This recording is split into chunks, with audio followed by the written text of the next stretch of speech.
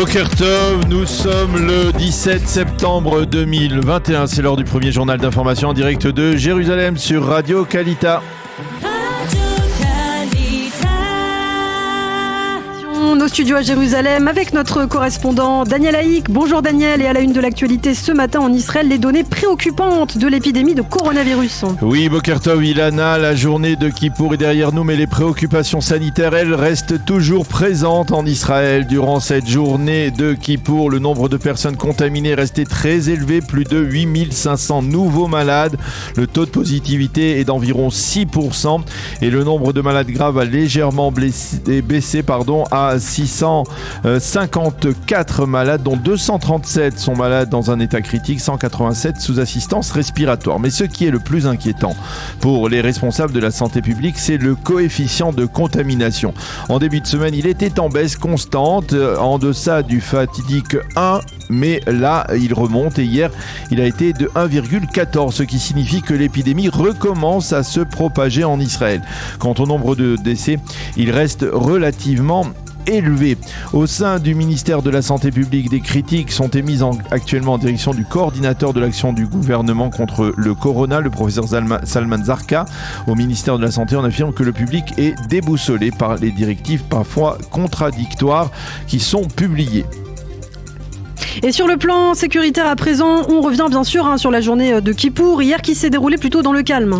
Oui, pas d'incident majeur sur le plan sécuritaire à recenser ni dans l'est de Jérusalem ni en Judée et Samarie, mais en matière de sécurité, on peut dire que c'est le ministre de la Défense, Benny Gantz, qui a causé la surprise en faisant une déclaration plutôt inattendue dans le dossier du nucléaire iranien. En effet, le ministre de la Défense a déclaré dans une revue américaine prestigieuse, le Foreign Policy, qu'il était prêt à accepter l'idée d'une relance par les Américains des pourparlers en vue de la signature d'un accord de Vienne renouvelé. J'accepte l'approche de l'actuelle administration américaine sur un retour d'un accord avec l'Iran, mais, a-t-il poursuivi, nous voulons que les Américains envisagent également un plan B dans le cas où ces pourparlers échoueraient. Pour Benny Gantz, Israël n'a pas la capacité de mettre en place un tel plan B qui impliquerait des sanctions économiques internationales contre l'Iran. C'est donc aux Américains, selon lui, de le mettre en place. Et toujours au chapitre sécuritaire, un mot de la situation économique au Liban et une estimation sur les intentions israéliennes. Oui, on le sait, le premier pétrolier en provenance d'Iran est arrivé il y a quelques jours au port syrien de Banias et des centaines de camions-citernes venus de Syrie ont acheminé d'importantes quantités de carburant à l'intérieur du Liban, en particulier hier. Le Liban qui, on le sait, souffre d'une pénurie aiguë d'essence et de carburant. Côté israélien, on a suivi bien entendu de très près ces développements, mais on a décidé apparemment de ne pas s'attaquer aux autres pétroliers qui pourraient venir d'Iran à l'invitation, on le sait, de Hassan Nasrallah, le leader du Hezbollah. En effet, on considère côté israélien qu'une telle attaque donc contre des pétroliers pourrait être perçue comme une volonté israélienne d'empêcher les efforts humanitaires entrepris pour venir en aide au Liban, et ce même si cela risque d'être considéré au bout du compte comme une victoire pour le mouvement chiite, le Hezbollah, qui est à l'origine donc de ces acheminements de pétrole. Et puis enfin, pour terminer, on revient à la journée de Kippour qui a été célébrée bien sûr en Israël hier. Alors on parlait de terrain sécuritaire stable, mais sur les routes en revanche des drames terribles se sont produits.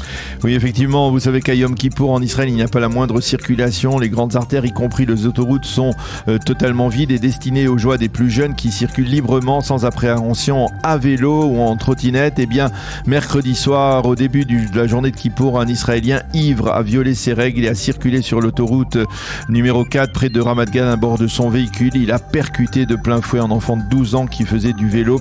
L'enfant a été tué, le chauffard a été arrêté. Mais en dehors de ce drame, la journée s'est passée sans incident en Israël. De très nombreux fidèles ont choisi de prier à l'extérieur en raison des restrictions imposées par la santé publique. De nombreux offices ont fleuri un peu partout, on peut le dire, dans les jardins et sur les trottoirs israéliens. L'un des plus grands s'est tenu hier sur la place d'Izengoff à Tel Aviv en présence de plusieurs centaines de fidèles venus prier et écouter à la fin du jeûne le chauffard libérateur. Et comme le veut la tradition, quelques instants après la fin du jeûne, les plus déterminés étaient déjà en train de construire la souka en perspective de la fête de Sukkot qui débutera, vous le savez, lundi soir.